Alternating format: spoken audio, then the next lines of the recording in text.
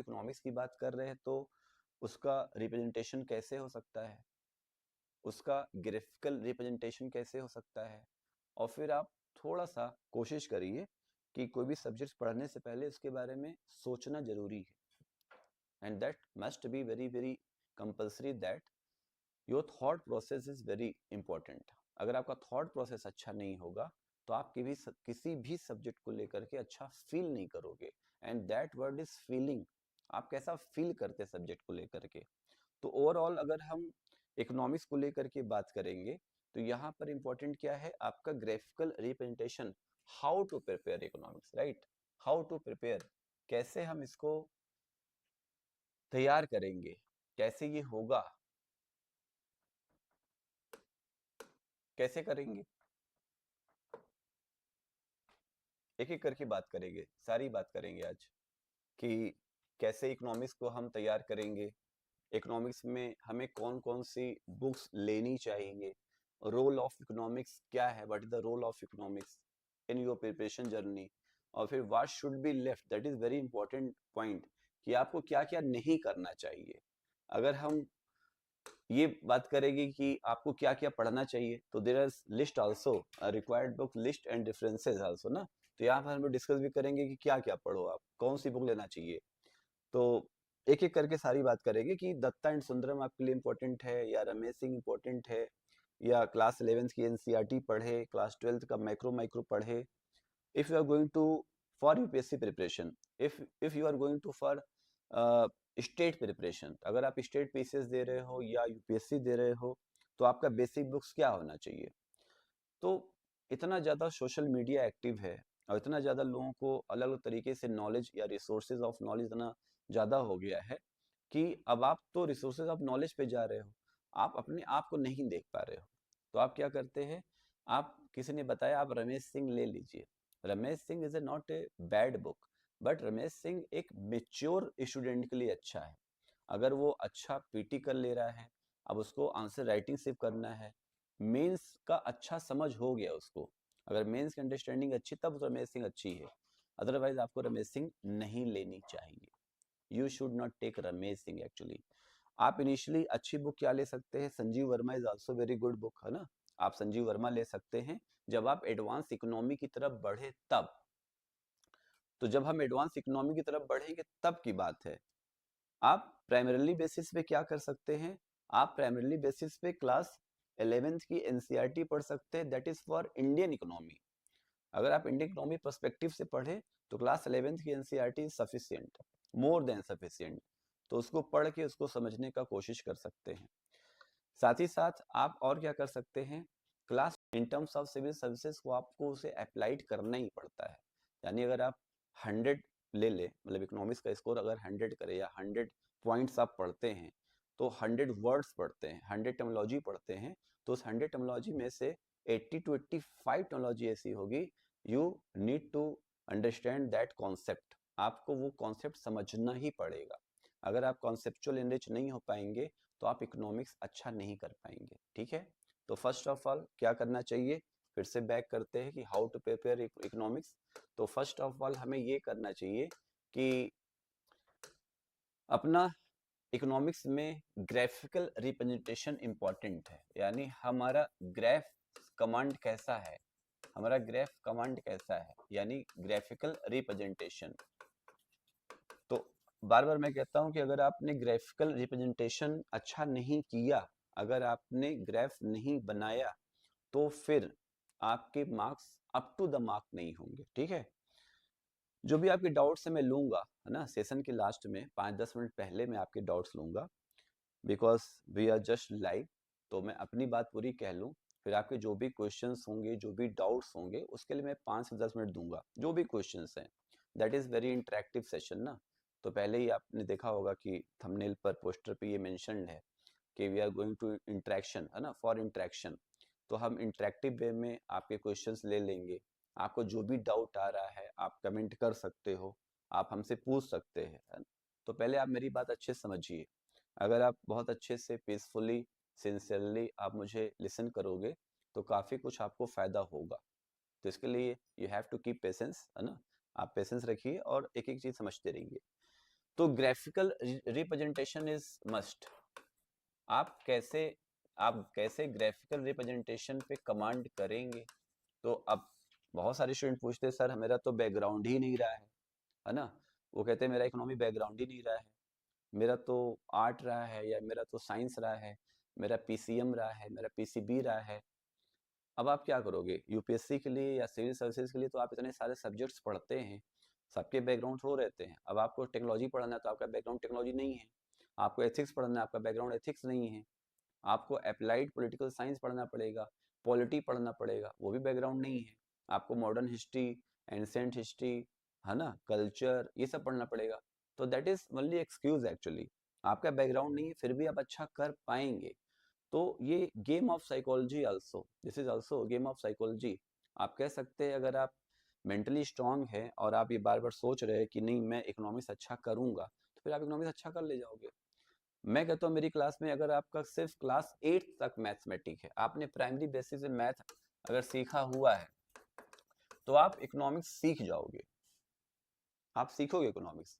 तो जब हम लोग ग्राफिकल रिप्रेजेंटेशन पे जाते हैं, तो सबसे पहले तो बेसिक की अगर बात करें, तो बेसिक में आपको बहुत सारे ग्राफ्स आने चाहिए बनाने।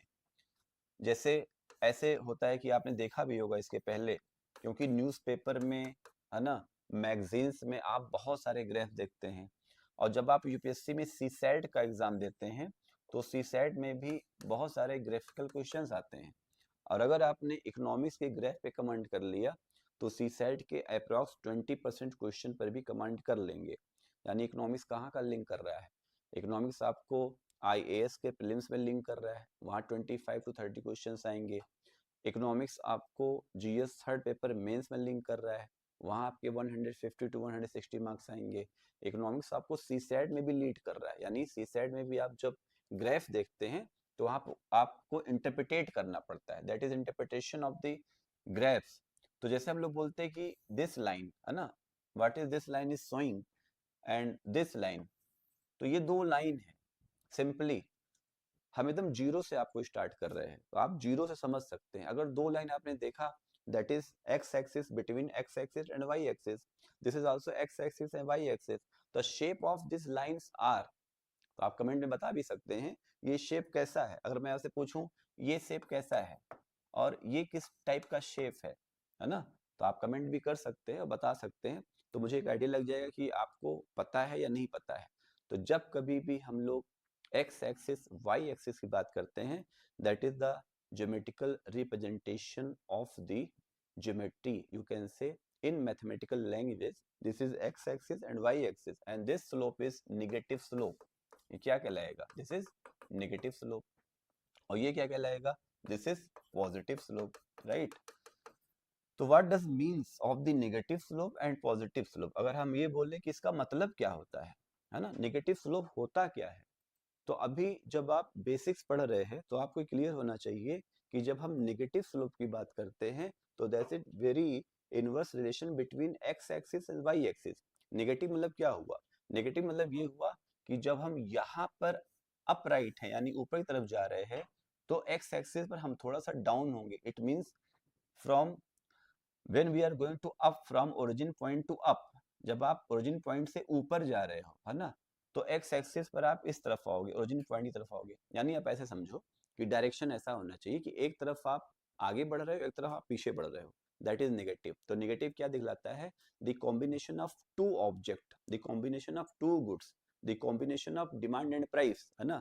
अब डिमांड एंड प्राइस की अगर बात करेंगे, तो ये बतलाता है कि अगर हम नॉर्मल मार्केट में हैं या हम नॉर्मल रूटीन में हैं, तो नॉर्मल रूटीन क्या बतलाता है कि जब भी हमारा प्राइस ज्यादा होगा, तो हमारी क्वांटिटी ऑफ डिमांडेड क्या हो जाएगी? कम हो जाएगी। एक नॉर्मल रूटीन की बात कर रहे हैं।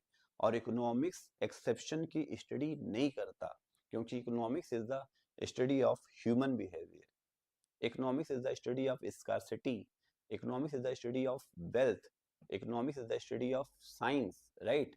एंड साइंस, तो ये कैसे आप साइंस से रिलेट करेंगे, आगे डिस्कस करेंगे हम लोग। तो सबसे पहले हमारा जो बेसिक है कि हाउ टू प्रिपेयर इकोनॉमिक्स, और टॉपिक क्या दिया गया है, आओ इकोनॉमिक्स सीखें फ्रॉम बेसिक्स। तो जीरो से हम लोग सीखने की कोशिश कर रहे हैं। तो जीरो क्या है? That is origin point, and this line is showing that is negative slope and this line is showing that is positive slope. तो जब हम लोग x एक्सिस और y एक्सिस पर पॉजिटिव स्लोप की बात कर रहे हैं, x एक्सिस और y एक्सिस जब हम पॉजिटिव स्लोप की बात करते हैं, इट मींस क्या हुआ, हम इस डायरेक्शन में ऊपर जाएंगे तो इस डायरेक्शन में इधर जाएंगे, तो हमारा डायरेक्शन कैसे हो जाएगा, both direction are this way, यानी एक तरफ बढ़ रहे हैं तो दूसरी तरफ भी बढ़ेंगे। तो दो स्लोप पहले आप समझिए, नेगेटिव स्लोप यानी हमारा डायरेक्शन क्या हो जाएगा, एक दूसरे के अपोजिट हो जाएगा, और पॉजिटिव स्लोप की जब बात करेंगे तो हमारा डायरेक्शन क्या हो जाएगा, एक दूसरे के साथ होगा। जैसे अगर हम बात करें इनकम की, है ना, अगर हमारा इनकम बढ़ेगा तो हमारा कंजम्पशन भी क्या होगा, बढ़ जाएगा। तो income having direct relation with consumption, तो इनकम का कंजम्पशन से एक सीधा संबंध होता है।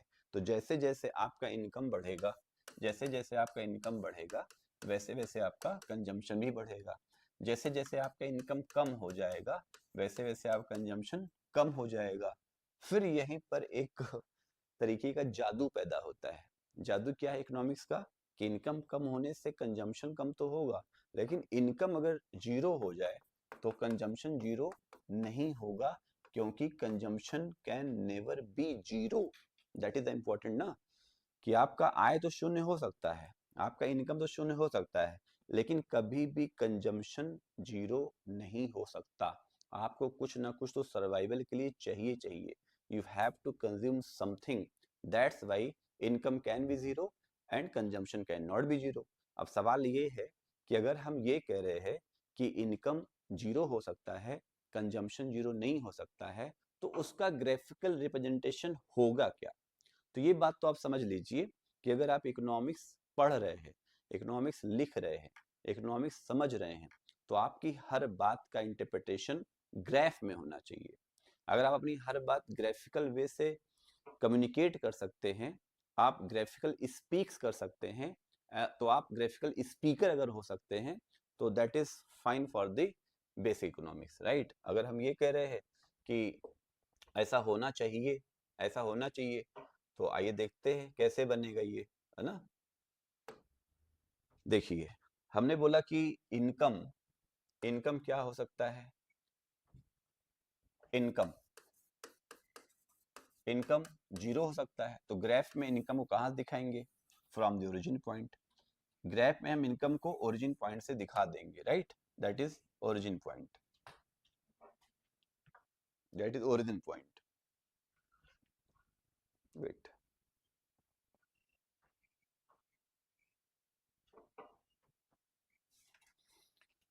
Income can be zero, that is income. Income को वाई से इंडिकेट क्यों करते हैं, इनकम को आपने देखा होगा वाई से इंडिकेट करते हैं, क्योंकि जब हम लोग नेशनल इनकम पढ़ते हैं तो that is abbreviation of N Y, national income. क्योंकि वाई फॉर यील्ड होता है, क्या होता है, वाई फॉर यील्ड होता है, इसलिए यील्ड मतलब प्रोडक्शन, यील्ड फॉर प्रोडक्शन।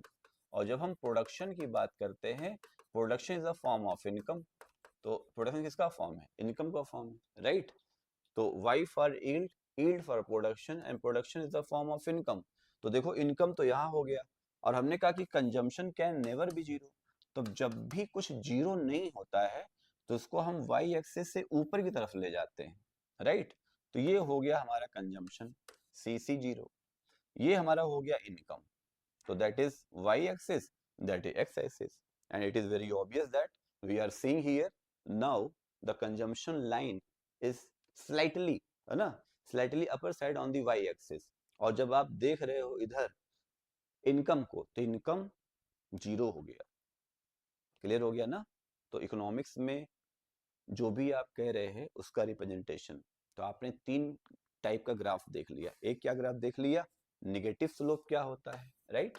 एक क्या ग्राफ देख लिया, पॉजिटिव स्लोप क्या होता है।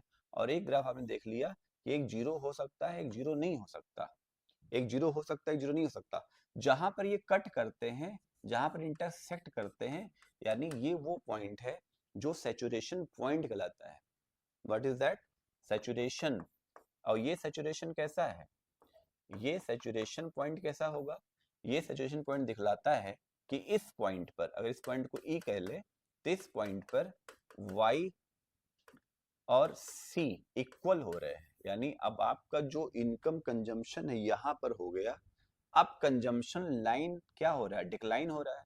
Consumption line below the income line है ना, ये नीचे जा रहा है, ये ऊपर जा रहा है। इसका मतलब क्या हुआ कि जैसे जैसे आपका इनकम बढ़ रहा है, जैसे जैसे आपका इनकम बढ़ रहा है, वैसे वैसे उस प्रोपोर्शन में आपका कंजम्पशन नहीं बढ़ रहा है। तो इनकम बढ़ने के साथ आपका कंजम्पशन उतना नहीं बढ़ता, इसलिए कहा भी जाता है कि एक वक्त ऐसा आता है कि इंसान कमाते कमाते इतना कमा लेता है कि पूरा खा ही नहीं पाता, और कमाते कमाते मर जाता है, और उसका जो कंजम्पशन है वहीं का वहीं रह जाता है। ठीक है, तो that is the part of economics also. और हम इकोनॉमिक्स में ये चीज़ देखते हैं कि जैसे जैसे हम आगे बढ़ रहे होते हैं इनकम के पॉइंट ऑफ व्यू से, प्रोडक्शन के पॉइंट ऑफ व्यू से, हमारा क्या हो रहा होता है, कंजम्पशन कम होता जाता है। और ये जो लाइन दिखा रहा है ना, वो दिखा रहा है कंजम्पशन कम हो रहा है और इनकम क्या हो रहा है, बढ़ रहा है। ठीक है, तो ये आपने देख लिया।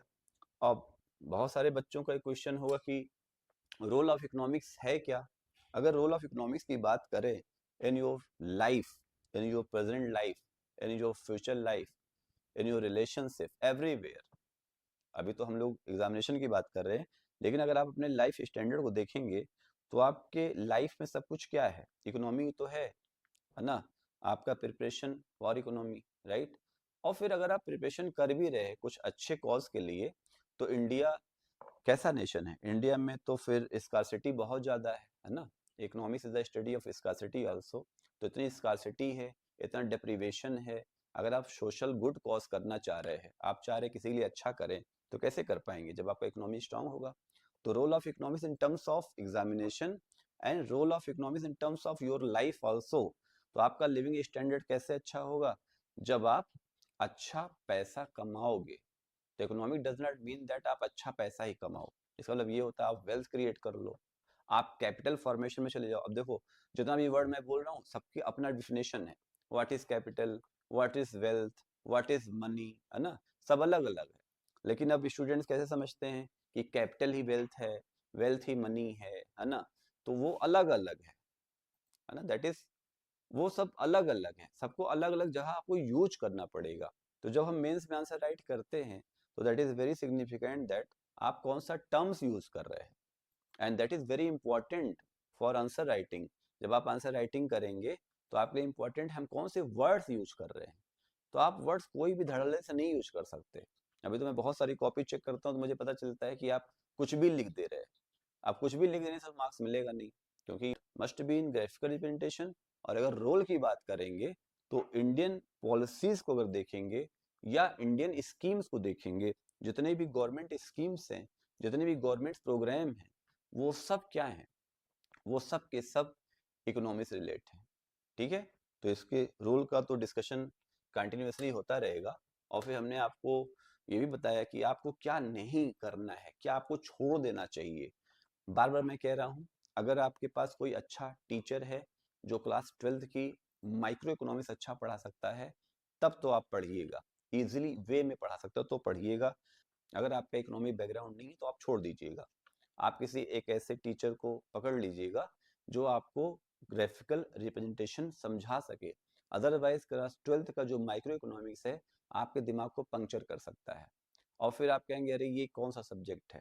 तो आप स्टार्ट करिए क्लास 11th की इकोनॉमी से। अगर आपके पास कोई ऐसा मेंटोर नहीं है, कोई ऐसा गाइड नहीं है, अदरवाइज आपको क्लास 12th की माइक्रो इकोनॉमिक्स तो पढ़नी चाहिए। मैथमेटिकल इकोनॉमिक्स हमें नहीं पढ़ना है, ठीक है, लेकिन मैथमेटिकल इकोनॉमिक्स का पार्ट तो है। जैसे हम बोलते हैं ना, काश is a function of output, है ना, बोलते हैं काश is a function of output, बोलते हैं कि आउटपुट का फंक्शन है। तो एक आउटपुट का फंक्शन क्या है, एक मैथमेटिकल रिलेशन है ना। हम ये बोलते हैं कि demand is the function of, demand is the function of price, demand is the function of related price, demand is the function of income, demand is the function of season, demand is the function of wealth, demand is the function of taste, demand is the function of expectancy. तो these are mathematical inductions also, right, these are mathematical induction. तो ये सब mathematical inductions हैं। तो अच्छा है, अगर आप इकोनॉमिक्स अच्छा सीखना चाह रहे हैं तो थोड़ा सा तो मैथमेटिक्स रिक्वायर्ड है, मगर उतना भी नहीं रिक्वायर्ड है for UPSC and state PCS, right. तो आप यहाँ थोड़ा देख सकते हो क्या छोड़ सकते हैं।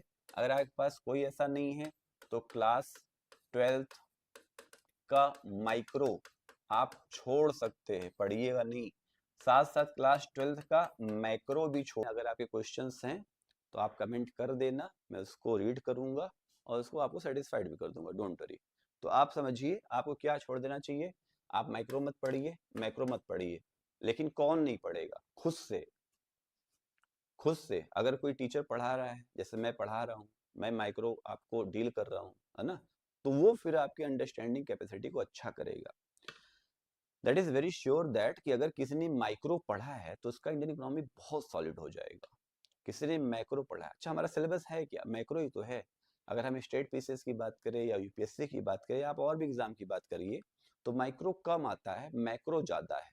लेकिन माइक्रो ना आपकी अंडरस्टैंडिंग कैपेसिटी को अच्छा करता है, that is a very important. तो ये इंपॉर्टेंट है। तो आपको अगर ये समझ में नहीं आ रहा है हम क्या छोड़ दें, तो अभी फिलहाल आप तैयारी शुरू कर रहे हैं, तो माइक्रो और मैक्रो खुद से ना पढ़िए, उसे आप छोड़ दीजिए। आप क्लास 11th की एनसीईआरटी को पढ़ना स्टार्ट कर सकते हैं, राइट। और फिर हमने बता ही दिया ये सारे बुक्स, आप कोई भी एक बुक ले सकते हो। अगर तमिलनाडु बोर्ड का माइक्रो मैक्रो मिलता है तो आप एनसीईआरटी छोड़ करके तमिलनाडु बोर्ड का माइक्रो मैक्रो बढ़िया पढ़ सकते हो, है ना। आपको पीडीएफ मिल जाएगा, आप उसको देख लीजिए। नहीं तो हम यहाँ से आपको पीडीएफ अपलोड कर देंगे, आप पीडीएफ देख लीजिएगा। चलिए अब थोड़ा सा आपके क्वेश्चंस लेते हैं, राइट। अब आपके क्वेश्चन ले रहे हैं क्या क्या है, आइए देखते हैं।